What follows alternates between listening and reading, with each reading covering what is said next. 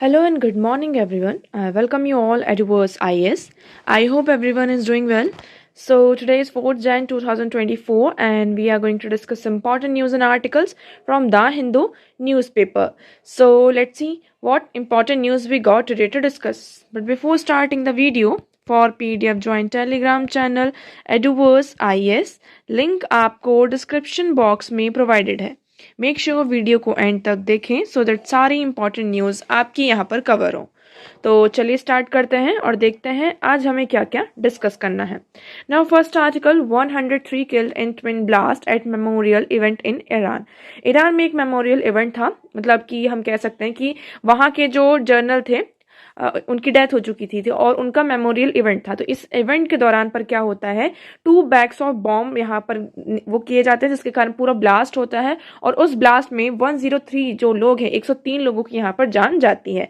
So here we will see at least 103 people were killed in Iran on Wednesday as 2 bombs in quick succession struck on a crowd, commentating slant journal Qasim Soleimani on the anniversary of his killing. तो उनकी killing की anniversary पर यहाँ पर बहुत सारे लोग यहाँ पे गैदर्ड हुए थे, टुगेदर हुए थे और इसी के चलते वहां पर क्या होता है कि जो 2 बॉम्ब्स होते हैं उसको गिराए जाते हैं और वो जो बॉम्ब्स होते हैं वो क्राउड में स्टक हो जाते हैं. अब बहुत बड़ा क्राउड था जिसके कारण वहां पर 103 लोगों की यहाँ पर जान जाती है. ईरान के जो यहाँ पे सुप्रीम लीडर है उन्होंने ये कहा कि ये बहुत ही इविल और क्रिमिनल एमनीज हैं जिन्होंने ऐसा किया है और जो कंट्री है इसका एक हार्श, ये जो भी अटैक हुआ है इसका हार्श रिस्पॉन्स उन्हें मिलेगा. ओके, अब तक ये कहा जा रहा है कि टेलीविजन में जो रिपोर्ट आ रही है, सो 103 लोगों की यहाँ पे जान जा चुकी है, देवर किल्ड, देवर डाइड एंड 211 से ज्यादा लोग भी यहाँ पर क्या है, वुंडेड हैं इस अटैक के कारण.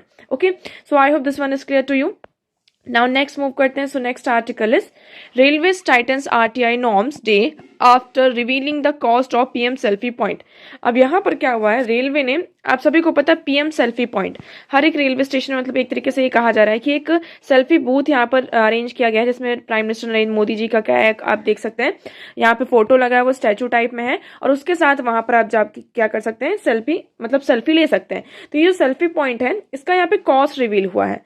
कॉस्ट कैसे रिवील हुआ है कि on December 27 that the each permanent selfie booth with Prime Minister Narendra Modi's image cost 6.25 lakh and temporary booth 1.25 lakh, which are approved cost by the Center Bureau of Communication under Ministry of Information and Broadcasting. तो यहाँ पर ये जो booth है इनका जो image cost है वो कितना है, 6.25 लाख रुपीज टेम्परेरी है और जो हमारे मतलब कि परमानेंट बूथ पर और जो हमारे टेम्परेरी बूथ्स है उसका जो कॉस्ट है वो 1.25 रुपीज लाख है.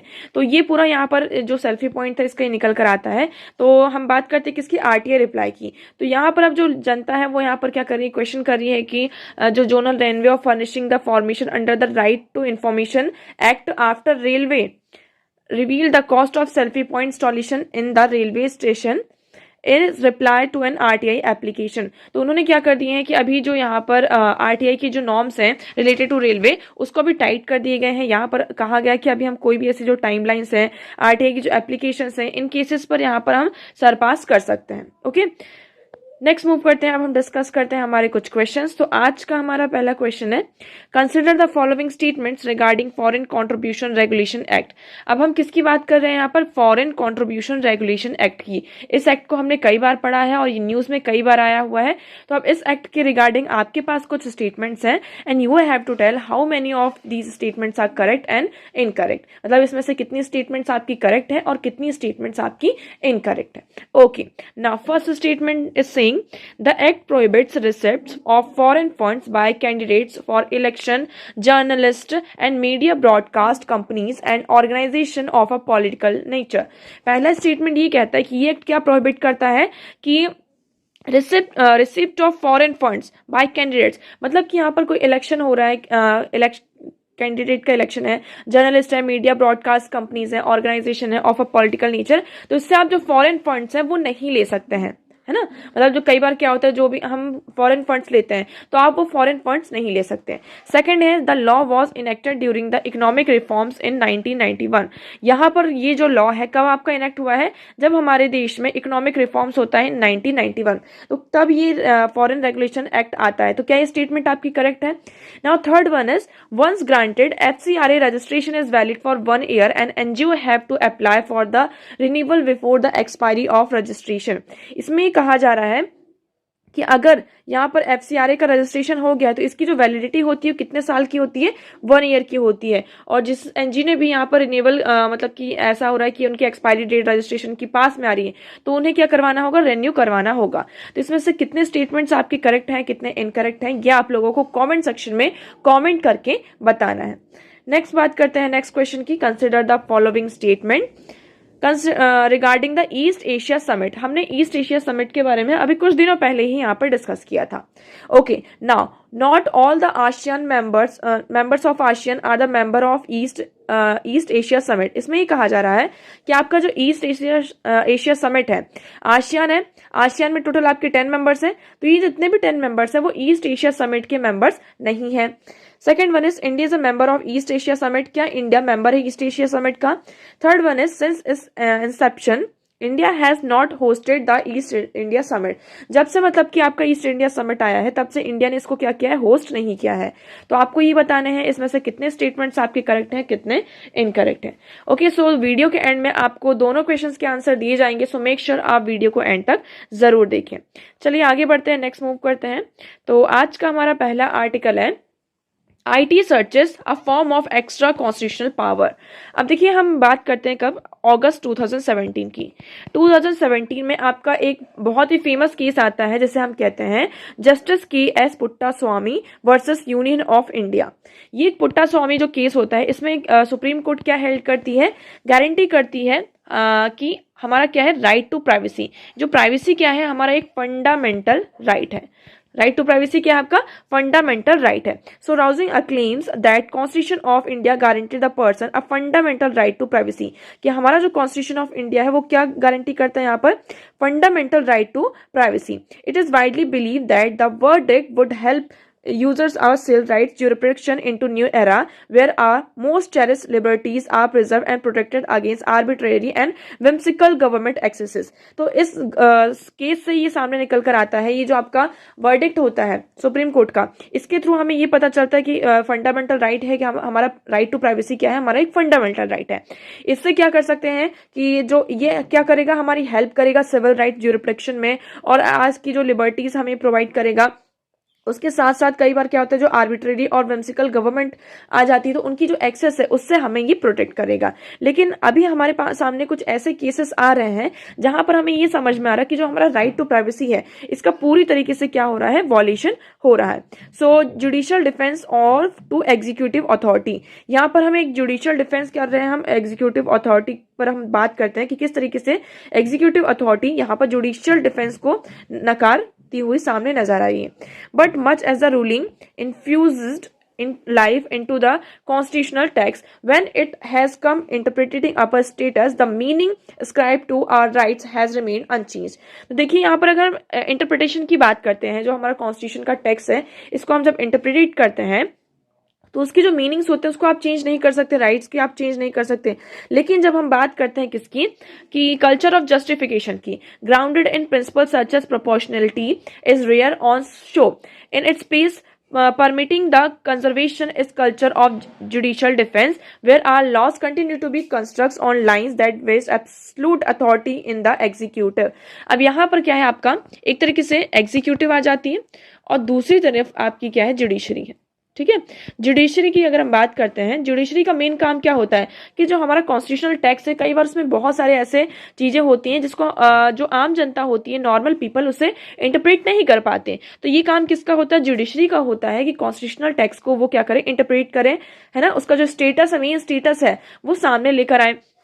एग्जीक्यूटिव की अगर बात करते हैं तो कई बार क्या हो जाती है, एग्जीक्यूटिव की एब्सोल्यूट अथॉरिटी हो जाती है, जिस बेसिस पर वो क्या करते हैं, जो ये जुडिशियल डिफरेंसेस होते हैं, जो भी इंटरप्रिटेशन होते हैं, टैक्सेस होते हैं, उसको वो अपने तरीके से यहाँ पे मोल्ड कर लेते हैं। तो यहाँ पर एक तरीके से हमें क्या दिख रहा है, जुडिशरी वर्सेस एग्जीक्यूटिव का यहाँ पर डिफरेंस देखने को मिल रहा है।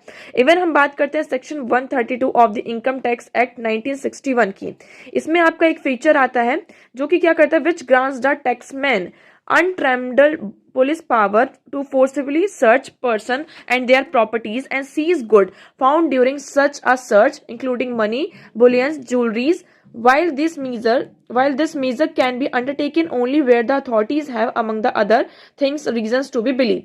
अब इस आर्टिकल में, इस सेक्शन में ही कहा जा रहा है कि हमारा क्या है, आपका इनकम टैक्स एक्ट 1961 है, इसका सेक्शन 132, इनकम टैक्स एक्ट 1961 का सेक्शन 132 ये कहता है कि हम पुलिस को क्या कर रहे हैं, एम्पावर कर रहे हैं कि वो क्या कर सकती है, जैसे कि कभी जो इनकम टैक्स की जो भी केसेस आते हैं तो वहां पर किसी भी पर्सन के साथ वो फोर्सफुली वहां पर सर्च कर सकते हैं, सर्च ऑपरेशन, उनकी प्रॉपर्टीज को सर्च कर सकते हैं, उनके जो गुड्स हैं लाइक मनी, बुलेटिन, ज्वेलरीज वगैरह, इन सब सारी चीजों को वो सीज कर सकते हैं। While these measures can be undertaken only when authorities have among the other things are reason to believe, लेकिन ये सारी काम वो कम करेंगे, मतलब ये मतलब कि जब ये सीजिंग वगैरह का जो काम चल रहा है, सीज द गुड्स, ये कब करेंगे, जब उनके पास एक कंक्रीट यहाँ पर रीजन होगा टू बिलीव कि हाँ हमें यहाँ पर ऐसा करना है। Okay, so that has failed to disclose his income properly and the purpose foundation underlying the search in subject to little safeguard under the statute. तो मतलब यहाँ पर ये क्या है कि द पर्सन कभी कभी क्या हो जाता है, अपनी जो उनकी इनकम होती है उसको प्रॉपरली डिस्क्लोज नहीं कर पाता है, इसलिए यहाँ पर इस तरीके के सर्च ऑपरेशंस लाए जाते हैं। अभी लास्ट मंथ की बात है, यहाँ पर गुजरात हाई कोर्ट ने क्या किया, क्वेश्चन किया है इनकम टैक्स अथॉरिटीज की, क्योंकि उन्होंने क्या किया, बहुत सारे जो फैमिली मेंबर्स थे उनके ऊपर रेड डाली थी, मतलब कि बहुत सारे गुजरात में यहाँ पर केसेस आ रहे थे कि जो पुलिस है वो यहाँ पर जो इनकम टैक्स ऑफिसर्स हैं वो रेड कर रहे हैं, जो प्रॉपर्टीज हैं, उनकी जो पर्सनल चीजें हैं उनको यहाँ पे सीज किया जा रहा है, इवन जो मोबाइल फोन्स हैं, लैपटॉप्स हैं, उन सारी चीजों को यहाँ पे सीज किया जा रहा है। सो यहाँ पर हाई कोर्ट ने क्या किया, गुजरात हाई कोर्ट ने क्वेश्चन किया इनकम टैक्स अथॉरिटीज से कि where he and his family member according to his counsel were kept in a virtual detention for days, और उनकी जो फैमिलीज थी, मतलब बहुत सारी जो फैमिलीज थी, उनको वर्चुअल डिटेंशन में बहुत दिनों तक रखा गया, with search continue between morning of November 3 to morning of November 7, मतलब 3 नवंबर से अगर हम बात करें तो 7 नवंबर तक उनका सर्च ऑपरेशन चलता रहा, और तब तक जो भी फैमिलीज थी, फैमिली के मेंबर थे, उनको यहाँ पर वर्चुअल डिटेंशन में रखा गया। हमारे पास यहाँ पर कोई भी फुल फैक्ट नहीं था, है ना, कि हम क्या कर सके, इवन हम कोर्ट का भी यहाँ पे ऑर्डर नहीं आया था। तो इस तरीके का जो डिटेंशन है हम 1-2 दिन तक कर सकते हैं, लेकिन 3 से 7, अब देखिए 4 दिन तक का यहाँ पे पूरा डिफरेंस आ रहा है कि वहां पर, और आपको कोई यहाँ पे चीजें भी नहीं मिली। तो ये एक तरीके से क्या कर रहा है कि the invariable result in impremature to the search with the judiciary yielding to executive wisdom in its original। अब हम बात करते हैं किसकी, हमारा जो ओरिजिनल कॉलोनियल फॉर्म था। अगर हम टैक्स की बात करते हैं तो India's income tax law was as framed under the 1922 legislation. जब हमारा 1922 का, जब हमारे यहाँ पर ब्रिटिश गवर्नमेंट थी, तो उन्होंने क्या प्रोवाइड किया था, provide the revenue with the power to search and seize, कि उनको यहाँ पर कि आप रेवेन्यू को क्या कर सकते हैं, उनके पास पावर है कि वो सर्च कर सकते हैं वहां पर और उसे सीज कर सकते हैं। What was available was only authority that was otherwise granted to civil court. अब यहाँ पे जो भी चीजें अवेलेबल हैं, फॉर एग्जांपल हमने किसी पर्सन का सर्च किया, सारी चीजें की, और हमने वहां से हमें गुड्स मिल गए और बहुत सारी चीजें ऐसे मिली जैसे हमें सीज करना था, तो ये सारी चीजें फिर क्या होंगी, आप सर्च कर सकते हैं। या फिर आपके पास ये कब, जब सिविल कोर्ट आपकी यहाँ पर आपको यहाँ पर क्या करेगी, वारंट देगी, एक तरीके से कह सकते हैं ग्रांट देगी कि आप क्या कर सकते हैं, आपके पास यहाँ पर अथॉरिटी प्रोवाइड की जा रही है कि आपके पास यहाँ पर पावर है कि आप सर्च एंड सीज कर सकते हैं। मतलब आप अपनी मर्जी से नहीं, जब तक यहाँ पर सिविल कोर्ट यहाँ पर आपको ग्रांट नहीं करती पावर, तब तक आप ऐसा नहीं कर सकते। So power involving discovery, inspection, examination of witness and so far. तो मतलब जब यहाँ पर सिविल कोर्ट आपको पावर करेगी कि आप क्या कर सकते हैं, डिस्कवरी कर सकते हैं, इंस्पेक्शन कर सकते हैं, जो भी विटनेस है उसको यहाँ पर एग्जामिन किया जा सकता है। उसके बाद ये हमारा कॉलोनियल 1992 का लॉ है। उसके बाद हम आफ्टर इंडिपेंडेंस की बात करते हैं 1947 में, the union government sought to rectify through the enactment of taxation on income investigation commission act. यहां पर फिर क्या आता है, आपका रेक्टिफाई होता है taxation on income investigation commission act आता है। इसके बाद हम बात करते हैं सुप्रीम कोर्ट ने इस लॉ को सूरजमल मोहता वर्सेस A.V. विश्वनाथ शास्त्री 1954 में ये कोर्ट केस आता है, जिसके द्वारा यहाँ पर इसको क्या किया जाता है, आपका स्ट्रक डाउन कर दिया जाता है on the ground that is treated as a certain class to assess differently from the others. इसमें एक्चुअली हो क्या रहा था कि फॉर एग्जाम्पल आपकी दो क्लास आ जाती हैं। एक मान लीजिए यहाँ पे थोड़े पुअर लोग हैं और यहाँ पे थोड़े से रिच लोग हैं, तो यहाँ पर जो डिफरेंट क्लास थी उनके बीच में यहाँ पर ये जो लॉ था डिफरेंशिएट कर रहा था। इसलिए यहाँ पे सुप्रीम कोर्ट के द्वारा इसको स्ट्रक डाउन किया गया, क्योंकि ये क्या कर रहा था, जो आर्टिकल 14 है हमारे कॉन्स्टिट्यूशन का, है ना, वो उसको वॉलेट कर रहा था। उसके बाद हम बात करते हैं सर्च एंड सीज की प्रोपोर्शनलिटी की। तो यहाँ पर हम 1961 में फिर हमारा एक न्यू लेजिस्लेशन इनेक्ट होता है, जिसके अंदर जो सेक्शन 132 की हमने अभी बात की, यहाँ पर ये क्या करता है कि सर्च और सीज का जो पावर है उसको एक्सप्रेस करने की बात करता है। फिर हम बात करते हैं the provision was oscillated before the constitutional bench of the Supreme Court in Puranmal versus director of inspection 1973। फिर ये जो लॉ है वो किसके पास जाता है, आपका सुप्रीम कोर्ट के पास जाता है, Puranmal versus director of inspection 1973। इसमें फिर यहाँ पर MP शर्मा वर्सेस सतीश चंद्र का भी ये पर्टिकुलर यहाँ पे केस आता है, जिसमें सुप्रीम कोर्ट क्या कहती है, a power of search and seize is in any system of jurisprudence an overriding power of the state for the protection of social security and that power is necessarily regulated by law। यहाँ पर जो search and seize का power है किसी भी system को यहाँ पे जो प्रोवाइड किया गया है, तो ये क्या करता है, जो आपका सोशल सिक्योरिटी है इसको ओवरराइड नहीं करना चाहिए। स्टेट के यहाँ पे जो ओवरराइडिंग पावर्स हैं, इससे यहाँ पर ये मतलब कि आपके ओवरराइड नहीं करना चाहिए, और जो भी आपको यहाँ पे पावर दी गई है वो आपके लॉ के द्वारा रेगुलेट किए जाने चाहिए। तो ये यहाँ पर आपका MP शर्मा का ये केस बहुत ही फेमस केस है, आपको ये यहाँ पर पता होना चाहिए। इस केस को मैं यहाँ पर जो भी सुप्रीम कोर्ट ने कहा, क्योंकि ये जो राइट टू प्राइवेसी है इसको रिकॉग्नाइज किया गया था, यहाँ पे इसकी क्या क्या लिमिटेशंस है। इवन आप अमेरिका का जो 4th अमेंडमेंट है, so we have no justification to import it into a totally different fundamental right to some process and strain construction।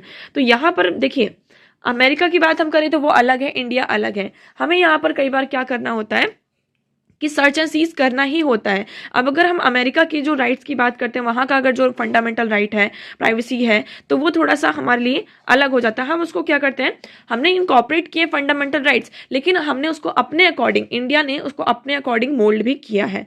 सो अगर हम बात करते हैं कि article 20 sub clause 3 would be defeat the statutory provision of for search. यहाँ पर क्या करता है, हमारा जो आर्टिकल 20 है सब क्लॉज 3, वो जो यहाँ पर स्टैट्यूटरी प्रोविजन है सर्च का, उसको डिफीट भी कर सकता है, डिफीट करता ही है।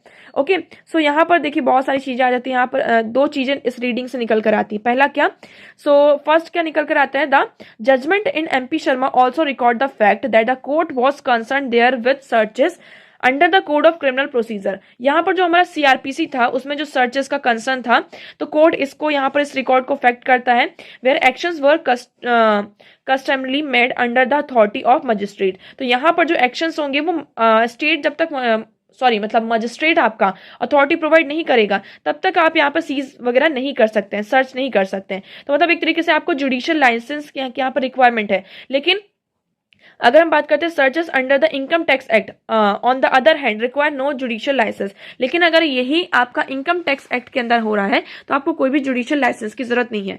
ओके, सेकंड इसमें कहा जा रहा है कि नो फॉल्ट ऑफ द जज in the Puranmal of court on reading the law formally overruled. Puttaswamy यहाँ पे पॉइंट आउट किया कि MP Sharma did not have the benefit of various interpretive devices that have been since become. अब देखिए यहाँ पर जब MP शर्मा का केस था उस टाइम पर डिवाइसेस अलग थी, आज के टाइम की जो डिवाइसेस है वो अलग है। तो यहाँ पर ये कहा जा रहा है कि इसमें फॉर्मली इसको ओवर रूल्ड इसने नहीं किया है। ओके, सो देखिए इसमें यही कहा जा रहा है कि IT सर्चेस में कई बार क्या होता है, स्टेट अपना जो एक्स्ट्रा कॉन्स्टिट्यूशनल पावर है उसको एक्सरसाइज करती है। सो IT सर्च एक तरीके से क्या बनता जा रहा है, यहाँ पर जो इनकम टैक्स जो सर्चेस हो रहा है वो एक तरीके से क्या निकल कर हमारे सामने एक एक्स्ट्रा कॉन्स्टिट्यूशनल पावर की तरह निकल कर आ रहा है। ओके, जिससे क्या हो रहा है, हमारा जो राइट टू प्राइवेसी है इसका वॉल्यूशन हो रहा है। नाउ नेक्स्ट आर्टिकल की बात करते हैं। Next article is the blood management system need a fresh infusion. अब हम बात करते हैं किसकी, ब्लड मैनेजमेंट सिस्टम की। इसमें ये कहा जा रहा है कि हमें एक फ्रेश इन्फ्यूजन की जरूरत है। कोविड-19 पेंडेमिक के बाद अगर हम बात करते हैं तो पब्लिक हेल्थ में यहाँ पर बहुत बड़ी जो इनइक्वालिटीज हैं वो आपकी बढ़ रही हैं।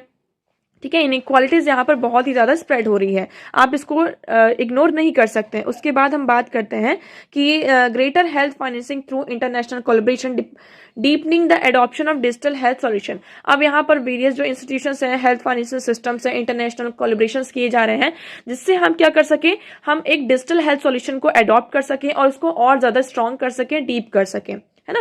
इसके लिए जो हमारा जो ग्लोबल हेल्थ आर्किटेक्चर है, इसको हमें स्ट्रेंथन करने की जरूरत है। ग्लोबल हेल्थ आर्किटेक्चर की मतलब क्या हो जाता है कि जैसे कि हमारी जो क्रूशियल स्ट्रेटेजीज है, for example access of blood, उसको हमें प्रायोरिटाइज करना होगा। जो हमारे फंडामेंटल बिल्डिंग्स प्रोडक्ट्स हैं हेल्थ केयर सिस्टम में, उन्हें हमें रेजिलेंट और स्ट्रेंथन करना होगा। अगर हम ब्लड की बात करते हैं तो ब्लड एंड इट्स वेरियस जो प्रोडक्ट्स हैं बहुत ही क्रूशियल रोल प्ले करते हैं इन आवर मेडिकल सिनेरियो। हमारा जो मेडिकल सिनेरियो है, इसमें जो ब्लड है बहुत ही इंपॉर्टेंट रोल प्ले करता है। जैसे कि जब आपकी सर्जरीज होती हैं, उसमें आपको ब्लड की जरूरत होती है, इमरजेंसी प्रोसीजर्स में, और कुछ यहाँ पर जो आपके ट्रीटमेंट्स होते हैं, फॉर एग्जांपल कैंसर का ट्रीटमेंट हो रहा है, थैलेसीमिया का हो रहा है, या फिर पोस्टमार्टम हेमरेज जो होता है आपका, उसमें है। तो इन सारी जो आपकी बड़ी बड़ी डिसीज है, इसके ट्रीटमेंट में भी आपको ब्लड की जरूरत होती है। लेकिन सबसे बड़ा आज के टाइम पर इशू क्या आ रहा है कि the issue of blood shortage. यहाँ पे जो ब्लड है आपका वो बहुत ही ज्यादा शॉर्टेज में चल रहा है। WHO की एक रिपोर्ट आई है, उसके अकॉर्डिंग यहाँ पर हम अटेंशन ये बताया गया कि ग्लोबल डिस्पैरिटी हमें ब्लड कलेक्शन में देखने को मिल रही है। For example, despite having 14% of global population, countries in the WHO African region could only collect 5%। अगर हम ग्लोबल पॉपुलेशन की बात करते हैं, वो कितनी है आपकी 14%, है ना, मतलब जिनको ब्लड की जरूरत है। लेकिन यहाँ पर हम कितना ब्लड कलेक्ट कर पा रहे हैं, ओनली 5%, इसका हाफ भी नहीं है यहाँ पर। ये अफ्रीकन रीजन की बात की जा रही है। उसके बाद हम लो इनकम कंपनीज की बात करते हैं, लो मिडिल इनकम नेशंस की बात करते हैं। So they are receiving only 2 to 24% of the world wide. मतलब कि अगर उनका पॉपुलेशन अकाउंट 8% है तो they are receiving 2% of blood, and उनका पॉपुलेशन अकाउंट 40% है तो they are receiving 24% of the blood. तो यहाँ पर ये बहुत ही ज्यादा डिस्पैरिटी हमें देखने को मिल रही है। हमें पेरिनियल शॉर्टेज, जो ब्लड यूनिट्स है, इम्पैक्ट शॉर्टेज दिख रहा है, जिसके कारण जो हमारी हेल्थ केयर सर्विसेज है वो क्रिटिकल यहाँ पर इम्पैक्ट, क्रिटिकली बहुत ही मतलब कि बुरी तरीके से इम्पैक्ट हो रही हैं। सो WHO standard for self sufficiency, India collected around 1.27 crore blood unit and faced shortage of over 6 lakh units in 19 and 20। 2019 and 20 में इंडिया ने 1.27 करोड़ ब्लड यूनिट का हमने क्या किया था, यहाँ पे कलेक्ट किया था। बट स्टिल यहाँ पर हम 6 लाख यूनिट को क्या कर रहे थे, हमें यहाँ पर इसकी शॉर्टेज हो रही थी। उसके बाद हम एक स्टडी से यहाँ पर सामने निकल कर आता है कि according to study by Savitri Bai Phule Pune university, an automobile accident victim needs up to 50 unit of blood. यहाँ पर अगर कोई ऑटोमोबाइल एक्सीडेंट होता है आपका, तो उसमें जो विक्टिम होता है उसको 50 यूनिट्स ऑफ ब्लड की जरूरत होती है। तो मतलब एक पर्सन को यहाँ पे ब्लड जो है बहुत ही ज्यादा उसकी जरूरत होती है। फिर यहाँ पर सिग्निफिकेंट की बात करते हैं कि 12,000 accident victims lives at rate. More over this deficit could impact 1 lakh heart surgeries and approximately 30,000 bone marrow transplant. अब देखिए यहाँ पर टोटल हमारे पास 12,000 एक्सीडेंट के विक्टिम है ना, जो आपका मोटर व्हीकल से एक्सीडेंट होता है, उनको यहाँ पर 50 यूनिट्स तक का क्या चाहिए होता है, ब्लड की जरूरत होती है। पहली बात तो ये आ जाता है। अब इनको ही 50 यूनिट चला गया। अब इसके बाद क्या आ जाते हैं, जो आपके हार्ट की जब सर्जरीज होती हैं, 1 लाख से ज्यादा पेशेंट तो यहाँ पे हार्ट सर्जरी से, तो ये जो 50 यूनिट ब्लड ये 12,000 को जा रहा है, तो ये क्या कर रही है, जो 12,000 आपके नंबर्स हैं, तो ये 1 लाख जो पेशेंट्स हैं हार्ट सर्जरी की, ये उनको इम्पैक्ट कर रहा है। आपको यहाँ पे क्लियर हुआ कि मतलब हार्ट सर्जरी की जो फॉर एग्जाम्पल 12,000 है, अब ये 12,000 को आप 50 से क्या कर दें, यहाँ पे मल्टीप्लाई कर दें, तो यहाँ पर कितना हो जाएगा आपका, यहाँ पे 6 लाख तक यहाँ पर पूरा हो जाएगा। तो ये जो 6 लाख ऑफ यूनिट ब्लड है, ये 1 लाख जो हमारे हार्ट पेशेंट्स है, जो इम्पैक्ट है, उनको क्या कर रहा है, ये इम्पैक्ट कर रहा है। उसके साथ साथ यहाँ पे 30,000 जो बोन मैरो ट्रांसप्लांट होता है, जिसमें हमें ब्लड की जरूरत होती है, ये उसको भी क्या कर रहा है, आपका इम्पैक्ट कर रहा है। सो एक तरीके से ये कहा जा रहा है, हमें जो हब और स्पोक मॉडल्स हैं, इसका हमें एडवांटेज लेना होगा। यहाँ पर हमें एक पब्लिक प्राइवेट पार्टनरशिप करनी होगी, जिससे कि हम जो सेफ और सस्टेनेबल ब्लड है उसको यहाँ पर एक्सेस कर सकें। इवन कई बार क्या होता है, जो ब्लड की शेल्फ लाइफ होती है वो भी शॉर्ट होती है। आपको ये भी याद रखना है कि ब्लड की जो ब्लड लाइफ होती है शेल्फ लाइफ होती है वो शॉर्ट होती है, आप उसको ज़्यादा दिन तक नहीं रख सकते। इवन हमारे इंडिया में ऐसा हुआ 2014-15 से लेकर 16-17 तक हमने यहाँ पे 30 लाख जो ब्लड यूनिट्स हैं और उससे जो रिलेटेड प्रोडक्ट्स है उसको डिस्कार्ड किया गया। क्यों? क्योंकि वो एक्सपायर हो गए थे। तो हमें यहाँ पर ये भी इंश्योर करना होगा कि जो हमारे पास जितना भी ब्लड आ रहा है, जितना डोनेशन यहाँ पर हो रहा है वॉलंटरी बेसिस पर, तो हम इसका सही से यूज़ कर पाएँ, इस तरीके से वो एक्सपायर और डिस्कार्ड ना हो। सो एक इवन कई बार क्या होता है यहाँ पे ब्लड डोनेशन में आपका मिथ भी बना होता है ना, जिसकी वजह से यहाँ पे इनइक्वालिटीज हमें देखने को मिलती हैं। तो as we leave the COVID-19 pandemic behind us and align the global development roadmap for the equitable and sustainable future, the health paradigm must be prepared accordingly. Along with other modifications in the health paradigm, since blood and its products are central to modern medicine, political leaders and the policymaker must continue to take steps to strengthen the blood management system. तो इसमें ये कहा है कि हमें जो policy makers हैं उन्हें कंटिन्यू स्टेप्स लेने होंगे, पॉलिटिकल लीडर्स मॉडर्न जो हमारी मेडिसिन हैं इन सबको इसका पार्ट बनाना होगा, और ब्लड मैनेजमेंट जो इकोसिस्टम है इसको स्ट्रेंथन करने की हमें जरूरत है। Okay, so I hope this one is clear to you. Now next move करते हैं। सो आज का हमारा नेक्स्ट आर्टिकल है understanding the peace pact with ULFA. अब हम यहाँ पर क्या किसकी बात करते हैं? अल्फा के साथ हमारा पीस पैक्ट हुआ है। अब ये अल्फा क्या है आपको ये समझना होगा। Alpha is a United liberation front of Asom, इसको हम असोम ही पढ़ते हैं। ये अल्फा है, एक तरीके से ये ग्रुप है। कब ये बना था आपका? 1979 में ये ग्रुप बना था। मेनली क्यों बना था कि एक्चुअली हो ये रहा था कि आसाम में बहुत ही ज्यादा यहाँ पर इलीगल माइग्रेशन हो रहा था। इलीगल माइग्रेशन की वजह से क्या हो रहा था, वहां की जो इंडिजीनियस पीपल है उनके जो राइट्स हैं, जो इंडिजीनियस कम्युनिटी थी वो पीछे की तरफ यहाँ पर जाती जा रही थी due to this illegal migration. तो इंडिजीनियस कम्युनिटी को यहाँ पर प्रोटेक्ट करने के लिए, उनके राइट्स और उनकी जो सोवरेनिटी है उन सारी चीजों को प्रोटेक्ट करने के लिए ये ग्रुप यहाँ पर बनता है। और इनका मेन काम ये होता है, एक तरीके से रेडियल ग्रुप होता है। इसमें कौन कौन होते हैं आपको इनकी जो फाउंडिंग मेंबर्स हैं इसके बारे में पता होना चाहिए, क्योंकि ये आपका जो देखिए द हिंदू में एक यहाँ पर आया हुआ है, इवन नेक्स्ट पेज पर भी आपको इसके बारे में ही, अल्फा मूवमेंट के बारे में ही बताया गया है। तो दोनों को हम यहाँ पर कंबाइन करके पढ़ रहे हैं। तो इसके जो फाउंडिंग मेंबर थे वो कौन थे? अरविंदा राजखुआ, अनूप छेतिया एंड परेश बरुहा। इन्होंने मिलकर, इन तीन लोगों ने मिलकर क्या किया था, 7 अप्रैल 1979 को इस ग्रुप को यहाँ पे लॉन्च किया था। इसमें मेनली जो आर्म स्ट्रगल था कि इनका क्या करना है कि आसाम के लिए वो क्या करेंगे, सोवरेनिटी को स्टैब्लिश करेंगे। सो यहाँ पर वो बहुत दिनों तक क्या किया था, उनके जो मेंबर्स थे म्यांमार, चाइना, पाकिस्तान, यहाँ पर उनको क्या करते थे, रिक्रूट करते थे और वहां पर उनको ट्रेनिंग प्रोवाइड की जाती थी। फिर वो क्या करते थे, यहाँ आसाम में आकर जो arm force special power act है, इस तरीके से यहाँ पे सारी चीजें कंडेम की जाती थी, गवर्नमेंट को रिस्पॉन्स करते थे। 1985 में क्या होता है, आसाम अगस्त रिकॉर्ड होता है, ये लोग इसको साइन करते हैं। उसके बाद इनका जो पीस प्रोसेस कैसे स्टार्ट होता है, ये काउंटर इंसर्जेंस करते हैं। 1221 जो अल्फा मेंबर्स थे अर्ली 1990s में, यहाँ पर उन्होंने क्या किया था, जो ऑपरेशन हुआ था 1990 से, उसमें उनको अरेस्ट किया गया था। मेनली ये क्या कर रहे थे, जो टेरर ग्रुप्स हैं हरकत उल जिहाद ए इस्लामी एंड जो पाकिस्तानी के जो इंटर सर्विसेज इंटेलिजेंस थे, तो उनके साथ यहाँ पर मिलकर उनके साथ बैंक बांग्लादेश और भूटान में उनको कैंप लगाए जा रहे थे। तो भूटान में एक मिलिट्री यहाँ पर ऑफेंसिव होता है 2003 में, जिसमें शेख हसीना जी की यहाँ पे फिर लीग आती है, वो वापस आती है पावर में 2009 में, हमने ये देखा, जिसकी वजह से फिर एक तरीके से धीरे धीरे ये जो अल्फा जो मेंबर्स हैं दूसरी कंट्रीज से यहाँ पे फ्लश आउट होने लगे, है ना, धीरे धीरे। लेकिन अभी भी हमने देखा था कि वेरियस कंट्रीज में, इवन ये जो फॉरेन कंट्रीज है, हम म्यांमार की बात करते हैं, बांग्लादेश की, तो इन कंट्रीज में ये क्या करते थे, अपने मेंबर्स को डिप्लॉय रखते थे। इवन अभी भी यहाँ पर है और वहां पर उनको क्या मिलती है, ट्रेनिंग प्रोवाइड की जाती है। अभी हाल ही फिलहाल में सेंट्रल गवर्नमेंट ने क्या किया है, अल्फा के साथ यहाँ पर एक मेमोरेंडम ऑफ सेटलमेंट को साइन किया है, जिसमें जो अल्फा मेंबर्स है वो एग्रीड हुए हैं कि वो क्या करेंगे, वॉयलेंस को यहाँ पे रिनाउंस करेंगे, डिसआर्म करेंगे, डिसबैंड करेंगे, और जो भी आपके आर्म ऑर्गेनाइजेशन है उसको वैकेट किया जाएगा, जो कैंप्स हैं उनको यहाँ पर वैकेट किया जाएगा, और पीसफुली जो डेमोक्रेटिक प्रोसेस यहाँ पर स्टैब्लिश बाय द लॉ है इसमें पार्टिसिपेट करेंगे। और मतलब एक तरीके से नॉन वॉयलेंस जो उनका मूव शिफ्ट है उसकी तरफ ये मूव होंगे। तो यहाँ पर ये आपका मेमोरेंडम ऑफ सेटलमेंट साइन हुआ है अल्फा के साथ।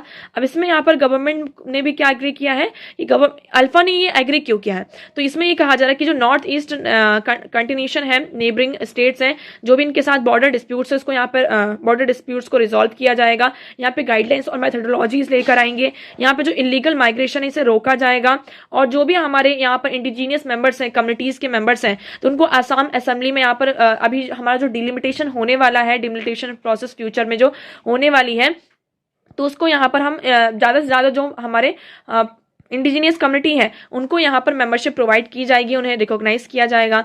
तो इन सारी चीज़ों पर यहाँ पर बातचीत की गई है। अभी यहाँ पे कुछ चैलेंजेस भी हमें सामने निकल कर आ सकते हैं, जैसे कि हम बात करते हैं कि 90% of the extremist in the state was over. Although यहाँ पर हम बात करते हैं कि हमारे जो 90% एक्सट्रीमिस्ट हैं वो ओवर हो चुके हैं, बट स्टिल अगर हम जो अल्फा 1 ऑपरेट्स की बात करते हैं, अभी भी यहाँ पर बहुत बड़ा जो डिवीजन है वो म्यांमार, बरुआ, यहाँ पर क्या आपका डिप्लॉय है ना, यहाँ पे उनके हाइड आउट्स हैं आपका म्यांमार चाइना बॉर्डर में भी। तो यहाँ पर इंडिया का क्या है, ऑक्यूपेशनल आपका फोर्सेस है। तो हमें यहाँ पर डिस्कस करना होगा कि जो आसाम की सोवरेनिटी है उसको हम डिस्कस करते हैं। देखिए आसाम यहाँ पर इंडिया से सेसीड नहीं हो सकता, अलग नहीं हो सकता, तो यहाँ पर असम इंडिया का ही पार्ट है। So no one in Assam wants to secede from India, but efforts to convey Barua to come for negotiation could continue. लेकिन ये जो बरुआ मतलब एक फाउंडिंग मेंबर है इस अल्फा ग्रुप के, वो अभी भी यहाँ पर क्या करना चाहते हैं, कन्विंस करना चाहते हैं कि असम को इंडिया से क्या कर सके, यहाँ पर अलग कर सके।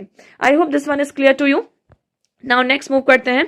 सो next article is 55% patients given antibiotics only as a preventive measure says survey. यहाँ पर एक सर्वे हुआ है और एनडीसी का, इस सर्वे के अकॉर्डिंग ये बताया जा रहा है कि जो national centre of disease control है उन्होंने ये बताया, मैपिंग की है कि यहाँ पर हमने ये मैपिंग की है कि 20 टेरिटरीज में हमने ये देखा कि जो पेशेंट्स हैं हमें उनका जो मेन एक्चुअल उनकी डिसीज क्या है, बीमारी क्या है, उसके बारे में हमें नहीं पता, लेकिन उस बीमारी से फॉर एग्जांपल अगर फीवर आ गया, हमने डॉक्टर को दिखाया, तो उसको आगे बढ़ने से एज अ प्रिवेंटिव मेजर्स यहाँ पर 55% पेशेंट्स को क्या किया जा रहा है, एंटीबायोटिक्स प्रोवाइड किया जा रहा है। तो ये हमारे लिए क्या है, थोड़ा सा कंसर्न है। क्यों कंसर्न है, क्योंकि WHO की अभी यहाँ पर रिपोर्ट आई है और इस रिपोर्ट के अकॉर्डिंग ये बताया जा रहा है कि जो आपका एंटी माइक्रोबियल AMR है, रेजिस्टेंस है, वो पब्लिक में एक थ्रेट बनता जा रहा है, एक साइलेंट पेंडेमिक की तरह हमारे सामने निकल कर आ रहा है। अगर हम एक्सेस पर यहाँ पर क्या करते हैं, एंटीबायोटिक्स का यूज करते हैं, तो हमारी बॉडी में जो बैक्टीरिया है वो उसी तरीके से इवॉल्व करने लगते हैं, और फर्दर फ्यूचर में जब